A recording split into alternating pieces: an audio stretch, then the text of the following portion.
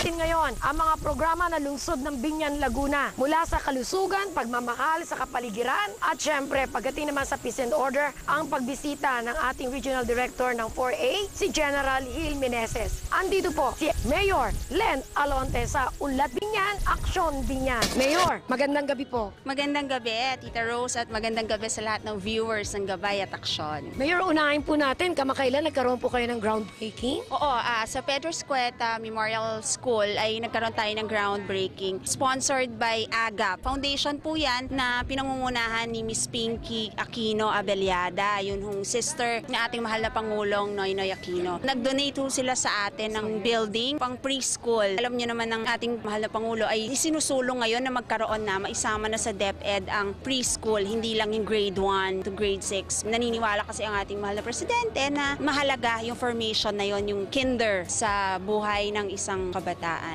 Kasunod dito, Mayor, talagang napapanahon sa mga aksyon ang lungsod ng Biñan dahil yung ating mga OFWs na binigyan niyo po ng seminar. Kinilala natin yung mga kapamilya natin na OFW na nanggaling ng Libya. Yung iba doon ay first batch na pinauwi ng government. Mahigit 40 po sila na pumunta sa aking tanggapan at sinabing kanilang mga problema. Kinuha namin yung kanilang mga resume. Tulad na merong 3 nurse, so pwede natin ma-recommend din sa ibang hospitals dito sa ating Biñan o sa Karatig City. Yung iba naman, yung meron silang mga anak na mapapatigil sa pag-aaral. Tinutulungan din namin sila makakuha ng mga scholarship grants. Maganda ang pagtanggap sa amin ng Mayor ng Biñan. Hindi namin inasang pangyayaring ganito ay nagkaroon kami ng magandang usapan. Salamat kay Mayor.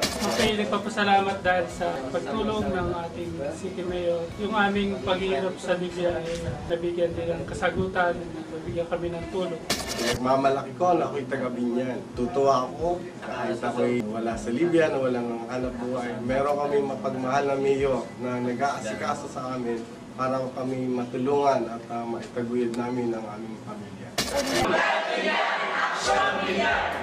926 recipients ang nabigyan natin ng PhilHealth cards. Yun ay syempre sa tulong muli ng ating mahal na Pangulong Noynoy Aquino. Karamihan sa kanila ay merong Happy Card, yung Health Assistance Program for the Indigents, na binibigay ng local government. Tapos nabigyan pa sila ng PhilHealth.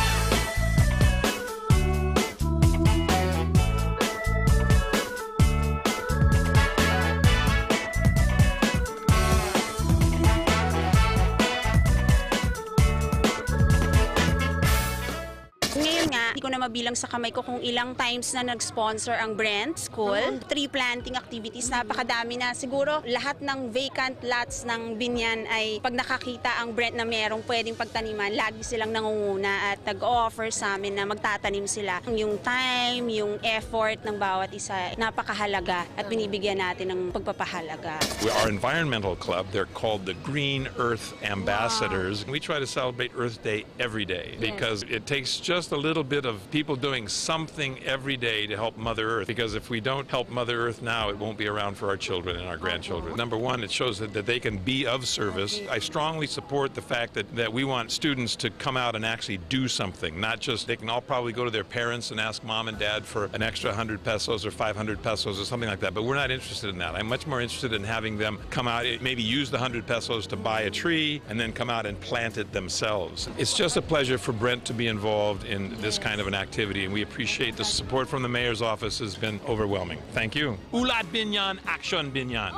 Yung homeowners dito na sila yung nag-prepare, sila yung naghukay kung saan namin itatanim yung mga punong dinonate ng Brent School. Nandito yung mga scholars natin ng Biñan na tumulong din sa pagtatanim, mga students ng Brent, Springboard Foundation, barangay officials, ang mga kapulisan natin. Maraming salamat po. Napakarami pong pangarap yung natutulungan yung matupad. Maraming salamat po, Mayor. In behalf of lahat ng INB scholars, bukod lang po sa school namin, sa iba pa pong school, marami po talaga kayo natutulungan. Maraming pong salamat, Mayor, at nandyan po kayo palagi. Hindi lang po sa mga scholar, pati po doon sa mga ibang nangangailangan, lalo na po sa mga tao sa Biñan. You always make us proud of City of Biñan. Marami pong salamat. Maganda po ang palakad ni Mayor. Wala po kami masasabi kay Mayor. The best. At maraming salamat po sa tulong niya. Sabi nga niya, no, sa buong Laguna, buong region, actually, ito ang una niyang nadalaw ang ating lungsod. So tayo mapalad, tayo ang nabigyan ng ganitong atensyon at special na panahon para tayo mabisita. Bilang na bilang lang yung ating binibigyan nung Key to the City, and isa siya sa nabigyan natin na pagpapahalaga at isang sign, adopted son na rin siya ng ating syudad, ng ating lungsod. Niloloko ko nga, so pwede na siya mag-in and out sa city ng Binyan kahit hindi naka-uniform. The mayor, I'm very thankful ako, gave me a key. Good development para sa akin kasi I'm being accepted as regular visitor of Binyan. Meron na akong susi, I can just go here and visit the mayor and some other government officials here and even my police forces. We will always visit them. In fact, ito yung una kong lungsod na officially binisit namin. For the people of Calabarzon, your police force is here to help you in the maintenance of peace and order. Pero yung pong community, that is one of the biggest stakeholders sa maintenance of peace and order. So we want to be your partner in keeping peace and order here in this part of the country. And we can only do this if we will cooperate. Let us also know kung ano po yung mga maling ginagawa ng ating kapulisan sa baba so that we can correct this. Ma'am, thank you po sa inyong pagtanggap sa amin. The regional headquarters will really try its best to serve the best interest of Binyan, especially in the peace and order situation. Mayor Len Alonte, let's go. Unlad Binyan, action Binyan. Unlad Binyan, action Binyan. Mayor, kasunod nito nakunan po natin yung bago ninyong public cemetery. Ano po inaasahan natin dito? Itong ginawa natin ay para rin hanggang sa mga susunod pang henerasyon. Napakalaki, halos 3 hektarya na bagong sementeryo na sabi nga nila mas maganda daw kaysa doon sa private na cemetery. And sinabi kanina ng priest na nakakatuwa kasi talagang world class daw yung dating. Hindi ko kami mga probinsyano-probinsyana. Deserve ng mga taga-Binyan ng isang magandang himlayan. Mababa yung presyo. Pero kahit mababang presyo, maganda naman yung kalidad. Sa lahat ng mga kababayan namin dito sa lungsod ng Binyan, ako muli nagpapasalamat sa inyo. Kung hindi dahil sa inyong suporta, kung hindi dahil sa pagbabayad ninyo ng inyong buwis, wala akong mga magagandang proyekto na magaganap dito sa ating lungsod. Ito po ay alay namin sa inyo. Sana'y patuloy kayong magtiwala sa pamahalaan at patuloy tayong magkaisa para sa ipagpapatuloy ng Unlad Binyan, Aksyon Binyan.